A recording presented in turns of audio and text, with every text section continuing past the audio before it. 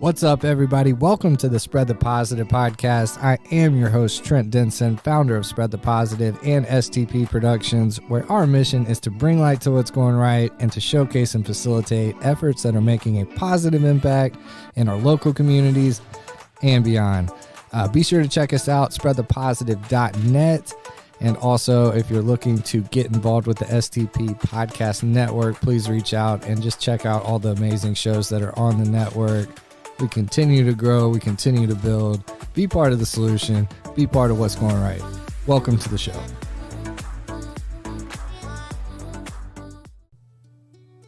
This episode of the Spread the Positive podcast is brought to you by the 1200 Club supporters. Huge shout out to our good friends, Mary Fugit with Gateway Title.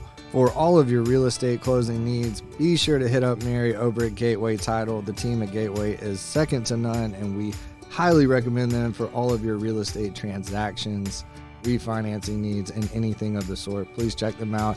Huge thank you to Mary. As always, we love you. Casey Broach with KK Fitness Training. Casey is a personal trainer on the Faster Way app. She has actually gone through the Faster Way herself. This app has a crazy proven track record of helping people get to their fitness goals quicker with a healthier approach, and it's changing people's lives around the country and around the world. Casey is killing it in this area. She is passionate about helping people. She's done it herself, she believes in it, and she can walk you through this entire process. So be sure to check out at KK Fitness Training on Instagram, and you can reach out to her via email, kkfitnesstraining@gmail.com. Big shout out to you, Casey. Keep killing it. We appreciate your continued support of the 1200 Club here at Spread the Positive. Thank you so much. Last but not least, this episode is brought to you by Pete Adams and Travis Swan over at Adams & Swan. Adams & Swan is your local advertising and digital marketing company that uses a results-driven approach to small and medium business revenue growth. They develop a custom strategy that is specific to your business and create dynamic advertising and digital marketing campaigns that deliver new clients and customers. Check them out at adamsandswan.com. Big shout out to my guys, Pete and Travis. Thank you for the support, guys. Means so much. Can't wait to have you in. Y'all be sure to check them out. adamsandswan.com.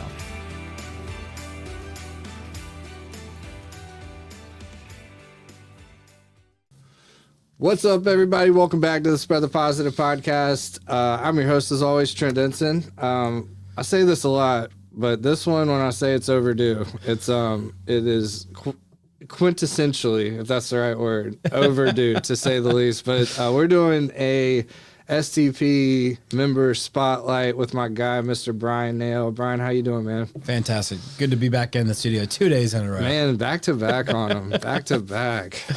Man, so Ryan, I just want to start by saying thank you, man. You've helped tremendously over the years with Spread the Positive, all things this week in real estate. And it's just been an honor to work with you, have you be part of what we're doing here, and quite frankly, keep the lights on at times. So I'm super grateful for you, man. Thank you for your support. And yeah, when I say this one's overdue, it's really overdue. So pumped that we're getting to do this. Yeah, me too. This is gonna be fun. Awesome, man.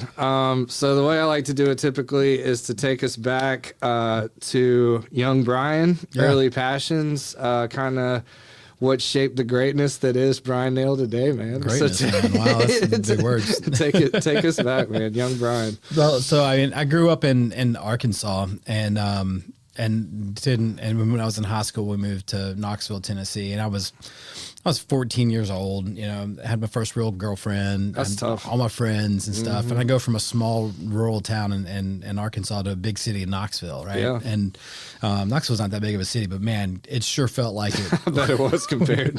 A little culture shock, yeah. I remember one of my buddies in Arkansas was like, "Oh, you're moving to Tennessee, get Garth Brooks' autograph for us." Yeah, of course. Yeah, because that happens. I'll see him around the corner. I mean, just walking down the streets in Knoxville. Yeah, right. That's where he ridiculous. That's really funny. But so went to spent my freshman year through senior year of high school in Knoxville, and I wanted to kind of get away. Didn't want to do the UT thing because I felt like it would probably be high school part 2. Okay. With the friend group, you know. Yeah. And so I wanted to kind of have my parents both went to college, and I wanted I wanted to kind of get away. Sure. And so came to MTSU. Thought I wanted to work in the music business. I loved the recording industry program. You played a lot in high school, right? I played guitar in high school. Okay. Never was in a band or anything. Okay. But when I got to MTSU, I did join a band. Nice. Switched from playing bass over to playing guitar. Sweet. I'm sorry, I switched from playing guitar over to playing bass. Okay. To secure a spot in that band that needed a bass player. Nice. And I found out I loved playing bass. Slapping the bass. It's fun, man. Slapping the bass. But yeah, I ended up majoring in public relations at MTSU. I Nice. thought I was going to be a concert promoter. Cool. And then another thing that drew me to MTSU was the rec center had just been completed, and they had a rock climbing wall. Nice. And So you've been climbing for a minute. well, I mean, I thought I would, but I never climbed that wall once the entire time I was at MTSU. Nice. That's great. You thought about it a long time ago. Fast forward like 20 years and climb Murfreesboro, moved to town, and I'm one of the founding members, and I love that. and love going over there to climb, even in, really in my 40s, and Dude, way it's out of so shape. hard, man. It is so hard. I went with Gideon once, and it kicked. No, you're using muscles that you don't know that are there. And he's like a freaking 6'8", can reach all these things, Yeah. young as crap. He's Yeah. like, it's not that hard, man. It's like we completely flipped the script on teaching golf. He was teaching me how to mountain climb. Yeah. It was tough. So by the time I finished MTSU, I had no clue what I wanted to do. Fair enough. So I one of my fraternity brothers was working in Enterprise Rent-A-Car and recruited me. They paid one of the things with Enterprise. They're the #1 recruiter of college graduates in the country. What they do is they give you $1,000. At that time, it was $1,000 bonus if you recruit an employee that stays for like 90 days. I don't know if they still do that or if they pay more now. But at that time, it was like, man, you throw $1,000 in your bank account. That's big. Sign me up. I'll recruit all my friends. And that's exactly what he did. And I knew that was never going to be my long-term career, but man, I learned a lot. Yeah, I and bet. I learned a lot about business. As you work your way up through the ranks at Enterprise, at every level, you basically have a larger organization that you share the profit in. So as an assistant manager, you make a percentage of your branch's profit. Now you've got a base salary, but it's not much. The real money comes from that profit of your location. Okay. The branch manager's percentage is just a little cool. bit higher. And So then you it get really to like incentivizes the team. Everybody's in. That's awesome. And I didn't know that. and it teaches you I think a lot of jobs hire salespeople. Right. And so what was cool about working at Enterprise was you got the sales education, like how to impact your revenue, but you also learned a lot about how important it is to watch your expenses and your bottom line and make sure every dollar that you spend is returning some sort of value to your business. So it was, I loved that. I thought that was really cool. I didn't realize that. That's genius. No wonder they're so successful. And they're not publicly traded. It's still a family owned business. That's cool. And for the size of what they do, it's an impressive company. And Absolutely. when that movie Step Brothers came out, we all shout that part out. we all loved that scene. so We were like, funny. it's so funny. Do the responsible thing. The Enterprise has a great training program. Well, they do, but that was hilarious. So And and we can tell all kinds of nightmare stories about the times there too. I can that's imagine. another conversation. Do one. Just one. So, all right. So I'll go with this one. We had a lot of, especially in the bigger metropolis areas, some of the people that rent cars from you are people who don't want law enforcement officials to be able to monitor their movements very frequently. And so we had someone who we thought might have been up to no good that was renting cars from another office across town. And then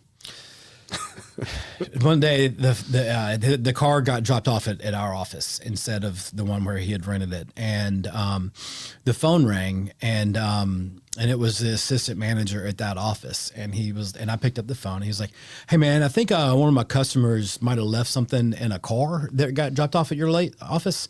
I was like, okay. And then at the same time, I heard from the back of the store, Bryan, get out of here right now. And I was like, hey, man, I think we just found it. What? It was a loaded handgun. Okay. Loaded handgun. And so I called our loss control team and I was like, hey, what do we do?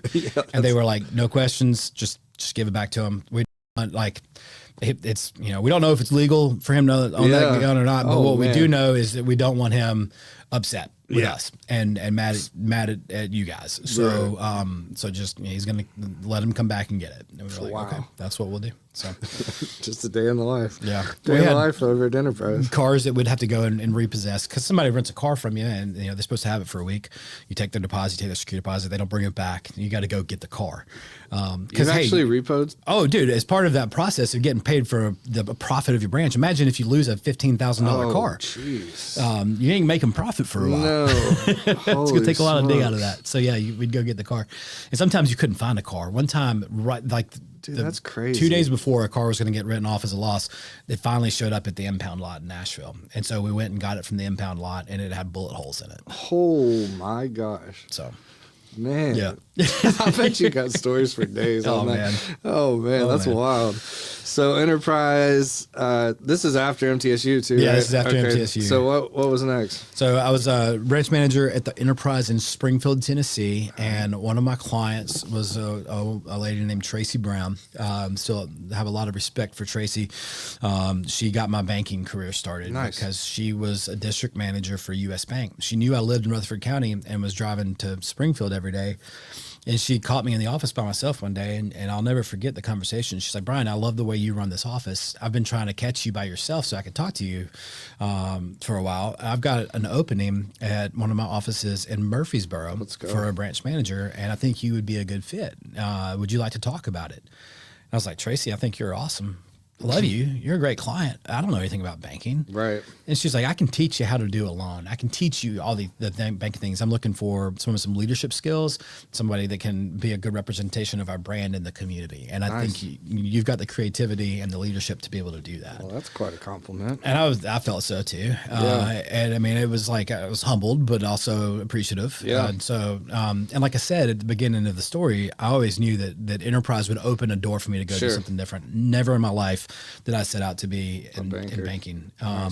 But that door opened. There had been a couple others that I'd come close to jumping through. A couple other opportunities had presented themselves along the way through different clients that I was renting cars to and stuff. But this one felt like the best fit. Yeah. And so I took it and went into banking at day one as a branch manager at the U.S. Bank over on Medical Center Parkway. Wow.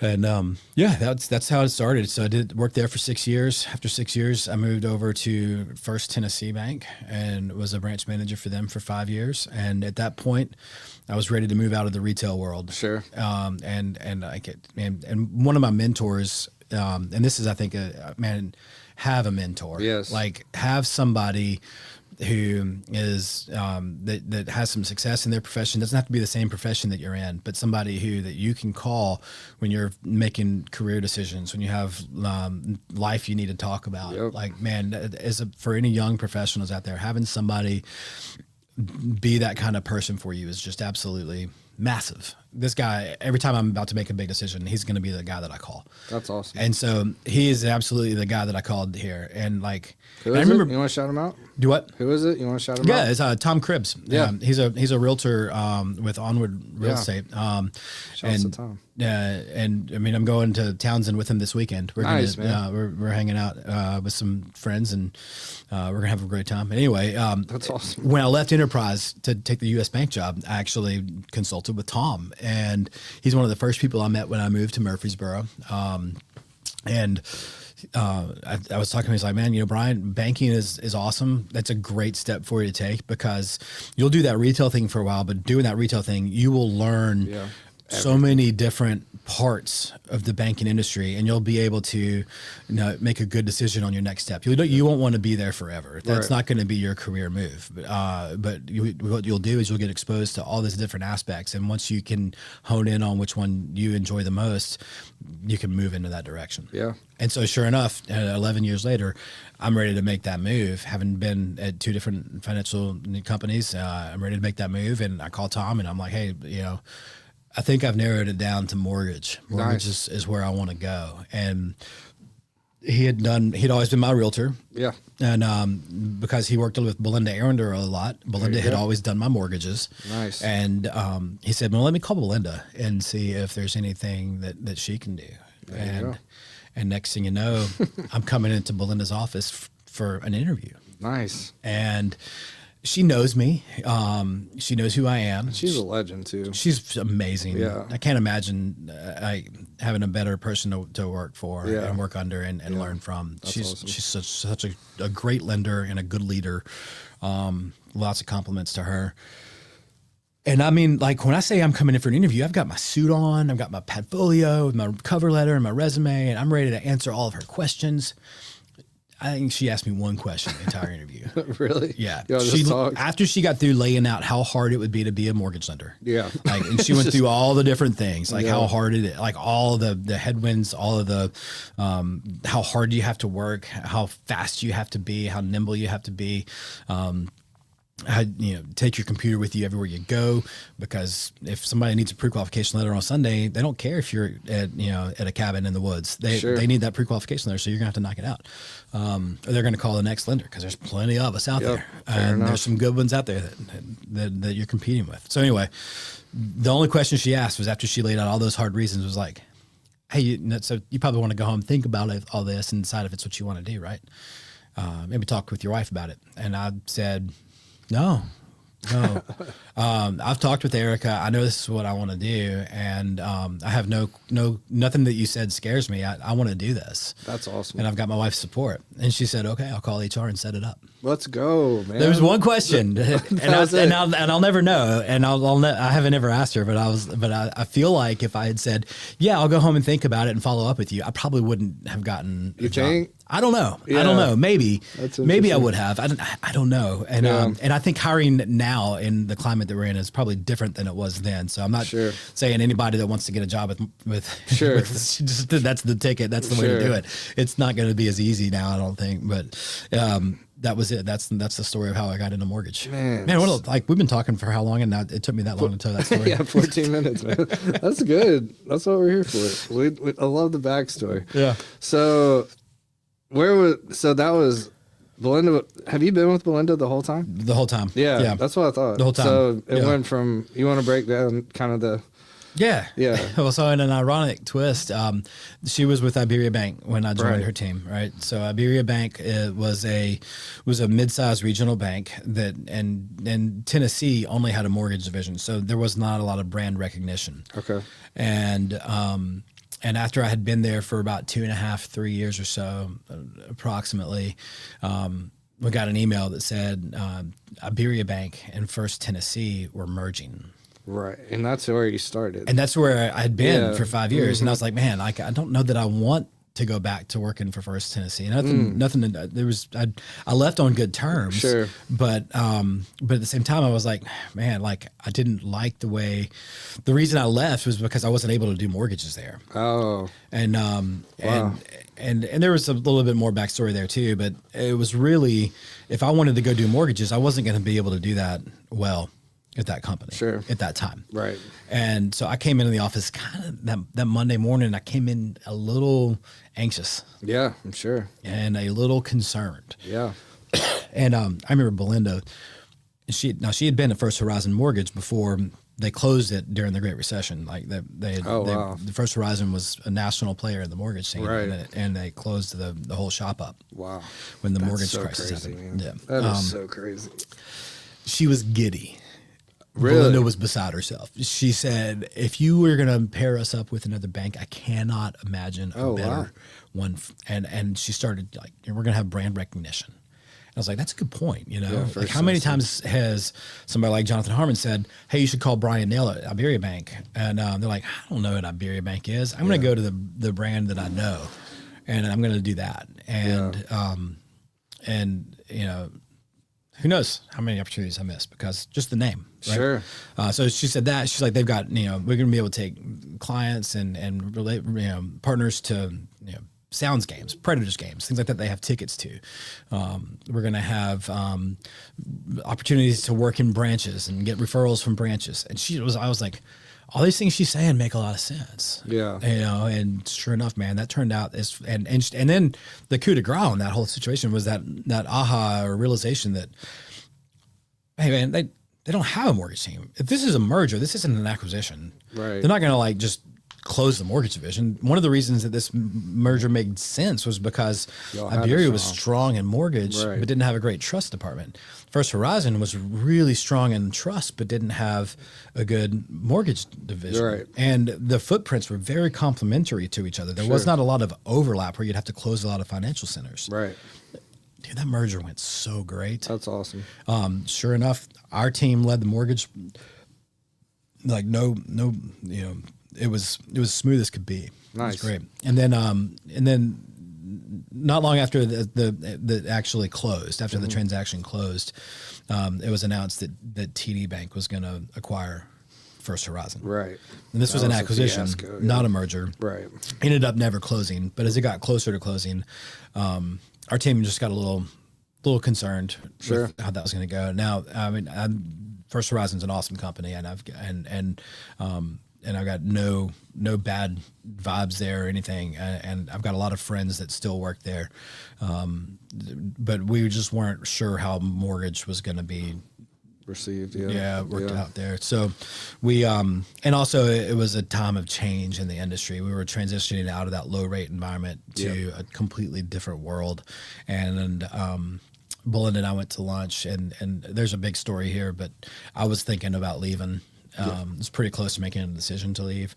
I realized how much research Belinda had done on some companies that she thought could be good landing spots for us. And then she, so I was like, okay, she's on the same page. She's there with us, with me. And then a couple of days later, she's like, hey,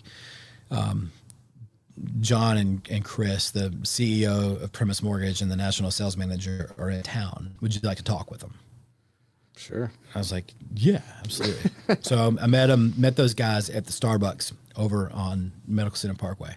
Had a cup of coffee with them, and it was like, these guys are legit. Yeah. Like, I love these guys already. I love their energy. I love their culture, what they're trying to build. The way that they view this changing market makes a lot of sense. And I was like, if we can align ourselves with these guys, it could be a match in heaven. Yeah. And so that happened in like October of 2022. And it's hard to believe it's been that long. It's been that long. Feels like it was not that long. It feels like it was like last year. That was one of the coolest episodes of This Week in Real Estate. I think, in my opinion, with because Chris has been on the show. Yeah, I think it was Chris and Belinda. Yeah, Chris and Belinda came on the show one time. Were you on there too? Yeah. There was the three of us and Jonathan. Yeah. I was super impressed. Yeah. Like just the Goldman Sachs side of things and venture and the really leadership team that they put together with the capital markets, which basically in layman's terms is the people who help us set our rates and make sure that the mortgages that we do are profitable and sellable. That team is crackerjack. The operations side from Goldman Sachs is crackerjack. Yeah. That's crazy. That's a powerhouse. I mean, that's Chris coming over from CMG. He's dynamite. Yeah. And just really good team. Yeah. Yeah. That was one of, I still remember that episode to this day. So it was super impressive. So, and now we're here at Primis. Yeah.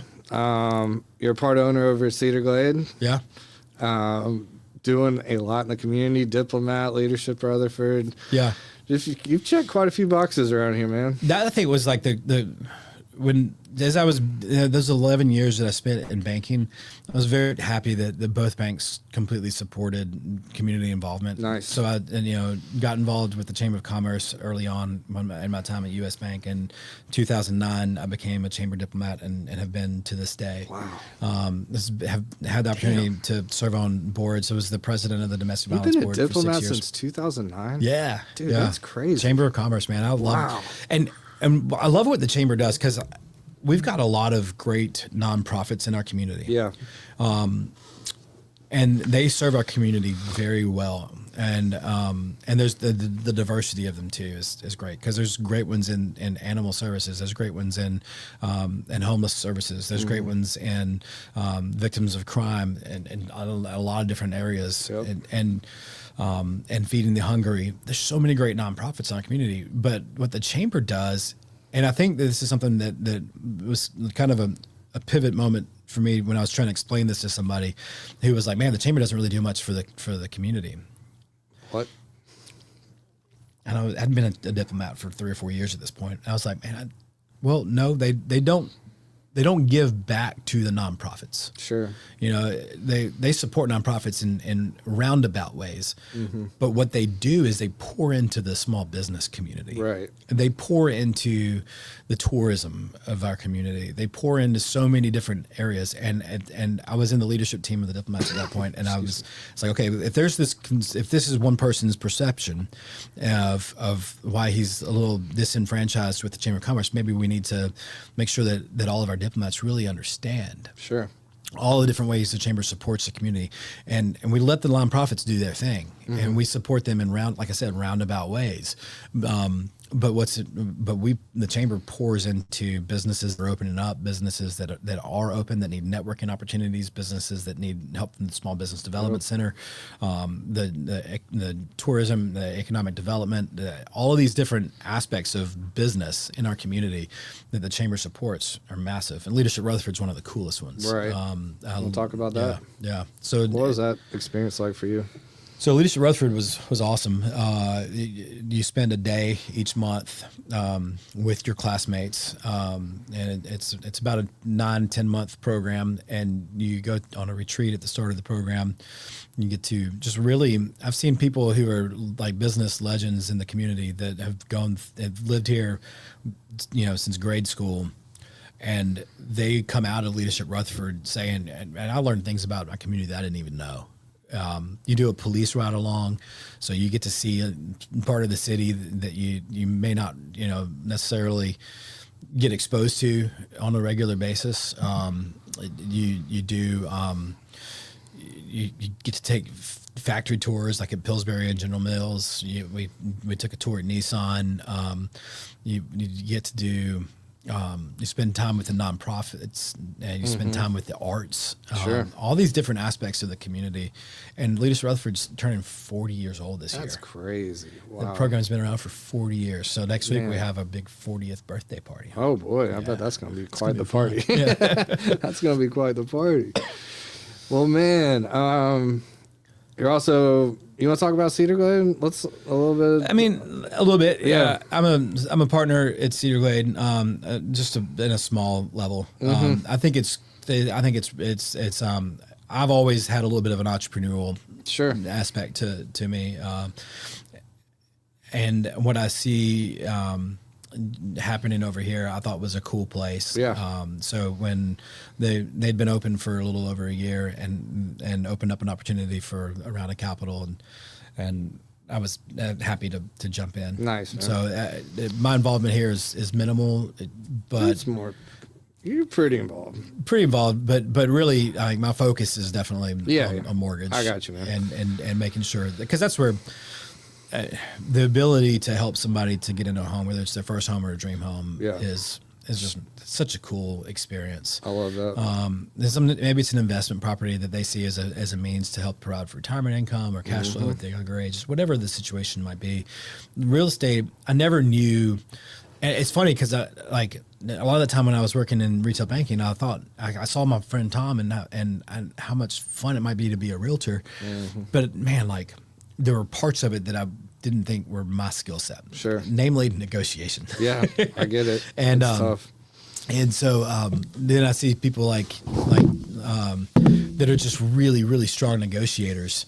And I feel like I've found my way to work in the real estate business, and in a way that makes sense for my skill sets, in a way that I can help people, in a way that I can provide advice to people and help them accomplish their goals without having to do the negotiation. Do all the realtor things. No, I feel that. No, and you're so good at it. I mean, I always love how you frame. We're in believers in business together, and I always, your weekly commercials are always. I always appreciate them, just how on point they are, and you can tell that you're passionate about the education side of it, and really walking people through how to. There's not just one way to do this. There's a lot of ways to finance a house. You basically have an elevator speech memorized. But it's true. And I think that's one of the things that really makes you unique in that space, and is your ability to really walk people through that. Even, some of the really unique scenarios that might come up, like you're familiar with all of them. Yeah. And it's always cool to, I've had personal experience with these, what if we did this for this person? Yeah. And you walk them through, every aspect of every situation, and people really appreciate that. And I think it's awesome. I'll just kind of give a version of it, because it's never like, a lot of people have their elevator speech memorized, right? I have the components of mine nailed down pretty good. I never say it the same way. Back to back, right? But basically, there's a lot of different ways to structure the financing of a home purchase or a refinance, and my goal is that everyone that I work with will be able to explain to an uncle or an aunt or their parents at a family reunion why they chose the loan that they chose, so that you understand why FHA made sense for you, or why conventional made sense for you, or why did we do THCA as opposed to a different down payment assistance program. So understanding that process, and how maybe, the rate on an FHA might have been a little bit lower, but because of the way the PMI was structured, it makes more sense to do conventional with your situation. Boom. Sometimes the things that make sense aren't the most apparent on the paper right at the top of the page. So having that conversation and that consultation, and one of the commercials that we filmed here, pre-qualification is not just a letter, it's a process. Right. So as part of that process, you should kind of come out of that experience with a consultation with your loan officer, where you understand the mortgage that you are taking out, right, and you understand, what the expectations are for you as a borrower, but also what opportunities are out there for you as a borrower. Mm-hmm. I love that. Yeah.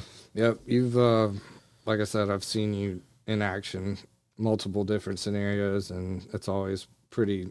I just appreciate it, because I know the people appreciate it on the other side. Just like, this guy's not just trying to lock me into something quick for a check. He's really going through this to make it best for all parties involved, right, which is huge. So, and I don't do the whole banker's hours thing, right?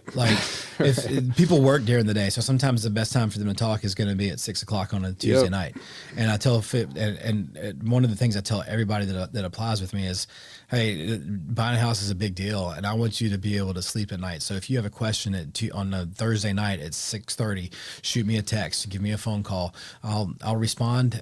We will talk through it. If it's not something that we can resolve that night, you'll at least be able to sleep that night, because you're going to know that I'm on it first thing in the morning when the operations team's there to come in and get to work on it. That's huge.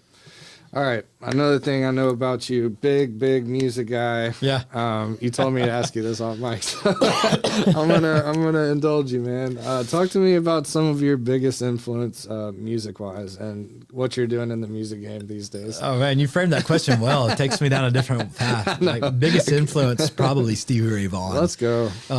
He's one of the reasons I picked a guitar up. That's awesome. I remember my dad had a friend over when I was 15. I didn't know anything about the blues music, and they were playing "The Sky Is Crying" on his double this was a posthumous album that came out after he passed away, and "Sky Is Crying" is just this incredible song. It's a cover.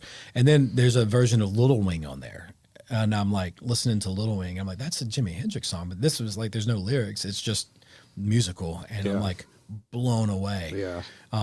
And then live, I really wanted to learn how to play Lightning Crashes because the girls in my neighborhood liked that song. There you go. Hey, that's amazing. That's amazing. So I picked up a guitar. That's when I started playing guitar. So big influence there, and almost to a detriment because like I never really did learn how to solo outside of like the minor blues pentatonic scales and stuff, and just so I'm trying to come back now and become a more complete guitar player. Oh man, it's never too late, right? That's what they say. It's never too late. Yeah. And you're in a band now, right? You want to Sort talk of, about a mini band? So it's Jay Whitty and the Christmas Cowboys, and we use the word. I would use the word band very loosely. We're a group of dads that loves to make music and loves each other's company. So we get together on Wednesday nights and we practice. We just play for a couple hours. We call it band practice, but we really just get together and just.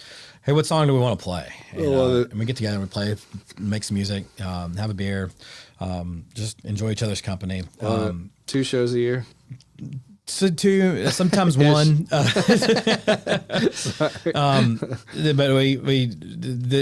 the last couple of years, there's been 2 shows a year, and it's like around the 4th of July, we'll get together and do a show just for family and friends at somebody's house. Yeah.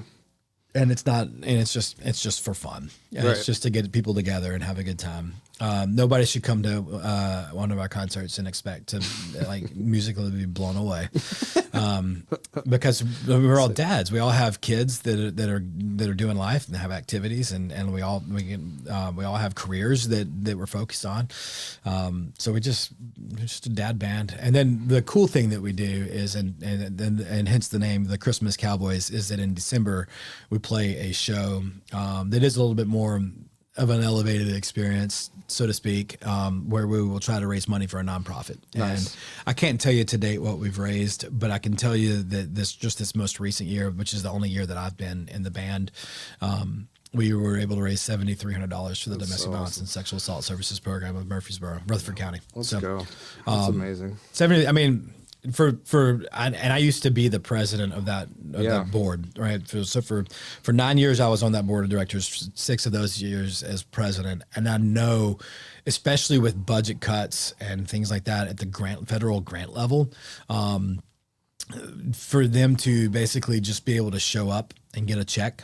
Yeah, for $73 for any nonprofit. Sure. To be able to just walk in and get a check. They didn't lift a finger, you know. So they a little bit, you know, they I don't know what all we had them do, but for the most part, this was just a turnkey event for them. We plan it, we put it on, we invite the guests, we sell the sponsorships, and it's just a way for us to give back. And I think that's awesome. I think that's pretty awesome. It is awesome. And really the respect goes to, as guys in the band, every one of us would say, goes to the companies that we work for their support. It goes to our friend groups for buying the tickets, and a couple of extra sponsorships. Because without like our friends saying, "Hey, we're going to show up for you," we'd be playing to an empty room and we wouldn't be able to raise that money. So I like big time props to all of our friends and the people who come out to support us doing that, because they're not coming for the music. If they are, they're crazy. That's hilarious. Well, man, I kind of feel bad about this. We haven't even talked about your family, man. I know. I feel like that's a pretty important part. Bryan's a husband and a father, man. So take it away. Yeah. Well, I mean, it's my wife and I. We met at MTSU, and then we've lived in Rutherford County ever since MTSU days, so the late 90s.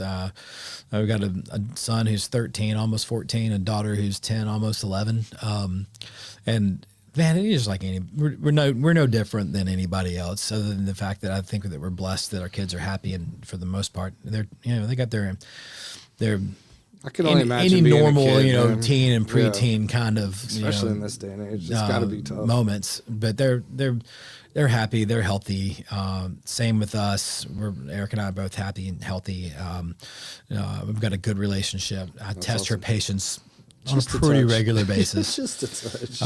We were watching Nate Bargatze's special on Netflix last night, and it was so funny because he's talking about laundry. He's like, I do my own laundry. Like, and Erica's like, oh, you want a pat on the back for like putting some clothes away? Like, yeah.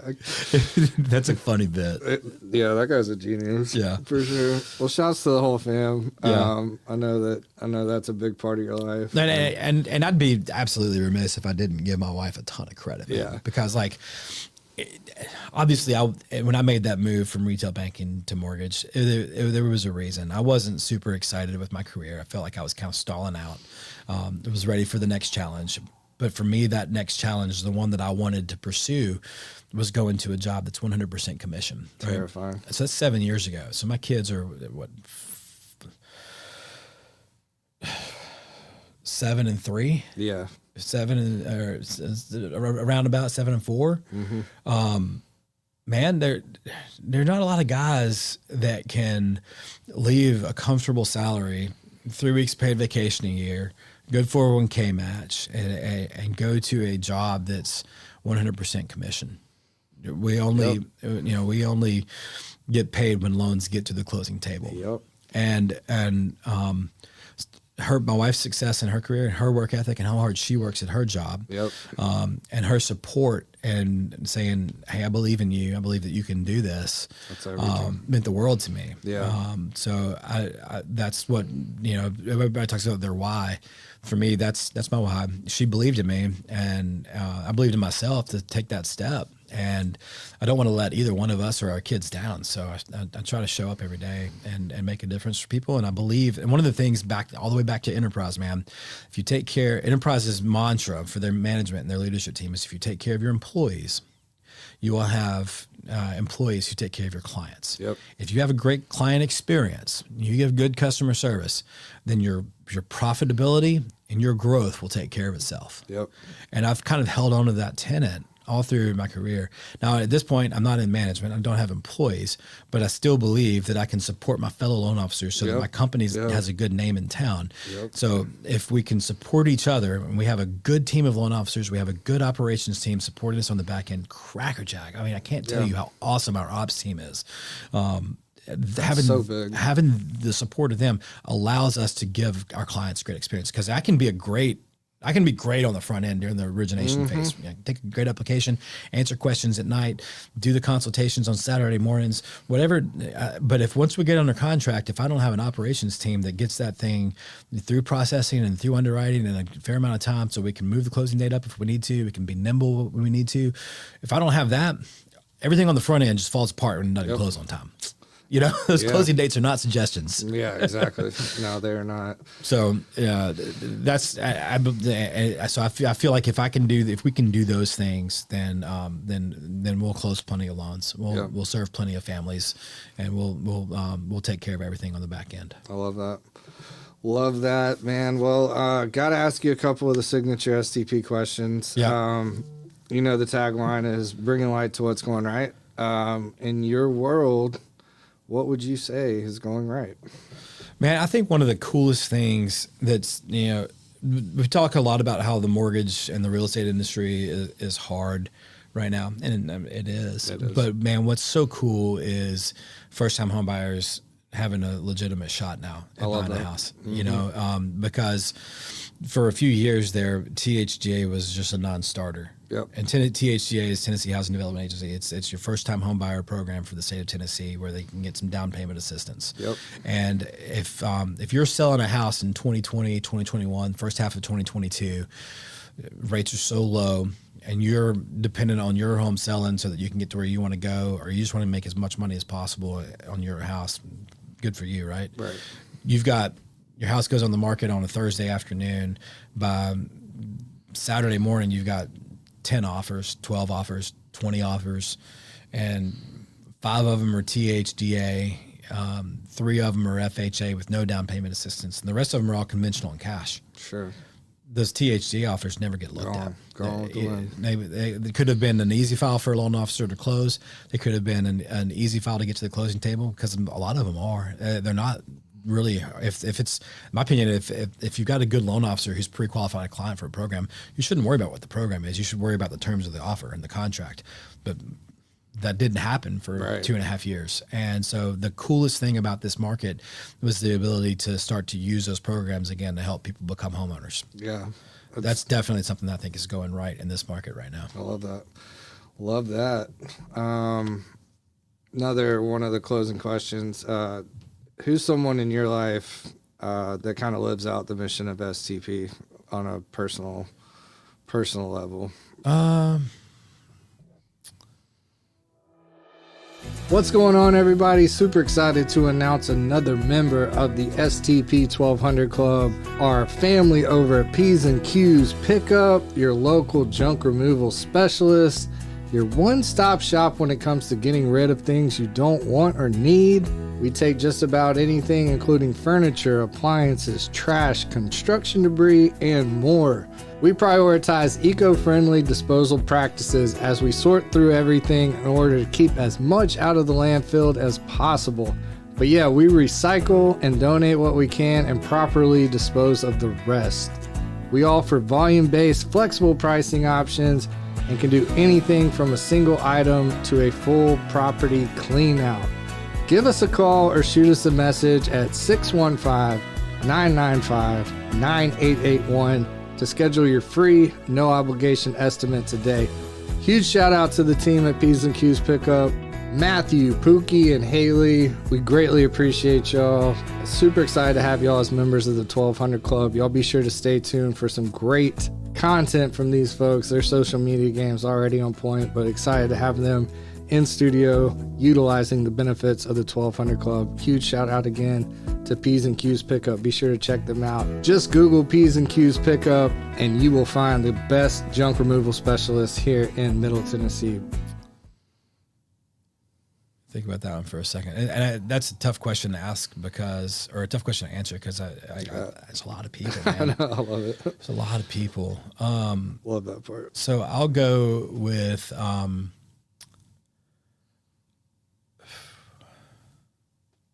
you can have more than one. Yeah, no, I'm trying to think of the dead air here, the dead space. It's all good. I got to make a decision. I love it. I'm going to say Erica Downing. Okay. She's the executive director for the domestic violence program. And I know how hard that job is. Mm-hmm. And that's why, I could have named any nonprofit. Sure. Right. But I know how hard that job particularly is and how taxing it is to hear those kinds of stories on a daily basis of just abuse, mental, physical, sexual assault, and just those are hard stories. Yeah. And I remember when we had a luncheon to raise some money. We used to have it every spring, and it was called Tip Your Waiter. And right before we were having our fundraiser, Carla Dillard was murdered by her, I don't remember if it was a boyfriend or her husband, here in Murfreesboro. Yeah. And I remember standing up in front of that room, and we're here to have a good time, right? It's a fun little fundraiser, but there's this shadow of domestic violence hanging over our community in a big way right now. Yeah. And so I know how hard that is. So what Erica's doing is making a big difference. And giving light to a lot of families and a lot of victims of domestic violence that need that light at the end of the tunnel. You said I could do more than one. Kelly Beam at the Chamber of Commerce, man, just a beam of light she is. And what a pun! What a pun! It was not intended. Proper, yes. But man, Kelly really has been. I've known her for a long time, and she's just always positive. Even when things seem to be just crumbling. Golly, man. She's got a son who's playing professional baseball. She's got a daughter who's surviving SMA. She's got so much cool stuff going on in her personal life, challenging things in her personal life. Because, hey, on the surface, hey, you got a son playing professional baseball, just won the College World Series as a pitcher, a starting pitcher. Like, everything seems great, right? But man, that's not easy. No. And you made a lot of sacrifices along the way to make that happen and provide for those opportunities. So Kelly's awesome. She's Those are two really good ones. She does so much for the community that never gets seen or talked about. And the smile that she always has on her face, despite whatever might be going on in the background, is just special. Those are two amazing examples. Shouts. One more, Kristen Swan. Kristen go. Swan at the United Way. Okay, 3 for 3. Her and her husband both, Travis and Kristen. Travis. Dude, what a great couple. That's 3 good ones. Yeah. Man, there you go.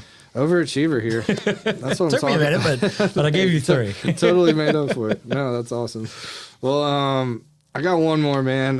Just kind of selfishly, why have you supported STP all these years, man? What's the driving force behind that? All right, so I am very anti-political on social media. I'm not political. I shouldn't say anti-political. I don't mind people being political on social media. I personally choose not to do that. But, and that's a weird way to start the answer to that question. But what Spread the Positive does is in a world where there is so much negativity in social media, and because you can't be political on social media and not brew some negativity, right? So sometimes, and I feel like we might be getting into a place where it's a speak up kind of moment, where maybe people who have been silent on some things might need to start getting out of their comfort zone a little bit and using their voice. But we've got to, what Spread the Positive has always done is that mission, that core mission statement of spreading light to what's going right, because there is a lot of good news, a lot of good things happening, and just the idea of being able to support the spread of that information as opposed to all the negative information that's spread is exciting to me. That's amazing. Well, I appreciate it, man. It's I feel you on what you just said, because it's a wild time. That's something I always like to clarify too. Like, we're not just over here ignoring all the hurt in the world, all the crazy in the world. But in my opinion, there's so much that we can't focus on to kind of snowball effect into maybe not eliminating, but reducing some of that crazy and bringing people together and acknowledging the people like Erica Downing who work in a dark place, man, like in a very difficult place, but she's providing light to people that need it. So like you can talk about these dark clouds and these dark parts of the community that are very difficult conversations to have, what is dark? What is black? Right? What is darkness? It's the absence of light. So you got to bring light to it so that you can see into that area and make that area improve and get better in some ways. That's it. I think Martin Luther King said something about that. I don't think we could have butchered that, but well, man, Bryan, thank you from the bottom of my heart, man. You have been an instrumental supporter for years, and literally don't know if we would be here without folks like you. Actually, I know we wouldn't. So. Super grateful for you and all you do with Spread the Positive and in the community as a whole. You're out here really walking your talk, man, and it's an honor to have folks like you involved, man. Well, thank you. I really appreciate you. And thank you for what you do, man. Thank you. I know that this is a labor of love, right? And so thank you for what you do. I appreciate it, man. Well, oh man, forgot the last thing. Something we call the grateful four, man. 4 things. Let's end on a positive here. Another positive, I should say. But 4 things you're most grateful for right now. What you got? Can't forget the grateful four. Come on. You're right. Come on. One job over here. Well, we do this at Thanksgiving. My mom has a big poster board. I wish I could remember what all I wrote on there, and I usually write some kind of cheeky answers. But like everybody comes together and we all write 5 things that we're thankful for. Nice. But you have the whole weekend to think about it. You know that it's coming. And that's good. And then maybe if I watched more of the episodes all the way through to the end, I'd know this is coming. Caught him. You got busted, right? So I'm thankful for friendships that you can have real conversations with. I'm thankful for lightweight materials. I like backpacking. Okay, so dehydrated meals, things like that make amazing. Getting out into the wilderness a little bit easier. Lightweight materials. That's a first. Okay, that just made it. This is the. I'm thankful that I think at Thanksgiving I wrote indoor plumbing. Yeah. And I mean, dude, like come on. It sounds really sarcastic. It's freezing right? outside. It sounds really sarcastic, but honestly, and Jonathan did this in an email recently. Like the fact that we can go into our homes and just turn on a faucet and get drinking water. Yes. Or hot water to bathe in. Yes. We're super blessed. Dude, there's a Jason Isbell song, and I can't remember the exact lyric, but it's like, it's the name of the song is Relatively Easy. And there's one thing you can compare to most of our lives, we've got it relatively easy. We can complain and gripe and moan about how hard things are, but dude, that's fire. In the history of mankind, it's a great time to be alive. In the history of mankind, we have it pretty easy. Yeah, that's good. So let's say indoor plumbing for number 3, and then number 4, my parents and my wife's parents, because they kind of, and all of our grandparents too, for that matter, all stayed married through their whole lives, showed us the example of a loving relationship. And hey, I remember growing up seeing my parents.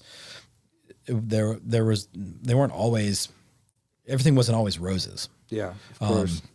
But their example of how to work through tough times financially, tough times emotionally, tough times just in general, and to just love in the right way through those good times, bad times, and take your vows seriously. I mean, and I'm not saying that divorce is a terrible thing. Sometimes it's the right thing. Sure. Of course. But for us, I'm thankful for our families and the way they kind of showed us the way. Wow. Because it works well for us. Wow. Man, that's a hell of an answer. Hell of an answer. That's how we wrap up an episode around here, man. Well, man, I appreciate you, dude. I appreciate you so much. And that answer really hit home. Shouts to my parents and my grandparents too, because same thing. They really, showed a great example of what love looks like. And yeah, it's definitely not rainbows all the time, but you gotta stick with it, right? The good and the bad. Yeah. Health and sickness, all the above. Those and hey, battles are real. I mean it seriously. Like, I've got some great friends who their marriage wasn't the right thing. Right. And sometimes that's the case, right? Sure. 100%. And so I'm thankful that my wife and I have a relationship where we're still together. Yeah. So if anybody's watching this thinking, oh man, that guy's no, we're not. Dude. Like, hey, sometimes you got to get away. We talked a lot about domestic violence. There's a lot on this show. It's a real thing. There's lots of situations where the separation is what's the best thing for everybody. Sure. But for us, I'm thankful that we've got what we have. I love that. That's one of the best grateful floors I've ever had. Lightweight materials, indoor plumbing, and great examples of love and good friendships. I'm with it. I'm with it. That's a really good one, man. Well, thank you again for being on. I know this was super overdue, but we're going to go ahead and get this out to the masses. But STP, OG founding. I mean, he's one of those that has been around from day one and has supported so much, and it's I can't express the gratitude. You would be all for my grateful for this episode. So not to get too sappy on you, man, but I appreciate you, and we'll wrap this one up, man. Awesome. Thank you. Yes, thank you. Yep. Thank you for listening to another episode of the Spread the Positive podcast. For more information about all the things we got going here at Spread the Positive, please check us out, spreadthepositive.net. Get involved with our underwriting, advertising, sponsorship program, start a podcast, or if you just want to support the mission, reach out on spreadthepositive.net or any of our social media handles at Spread the Positive. Look forward to connecting with y'all and giving y'all another fire episode on the next one. Thank you, and we will see you then. Let's go.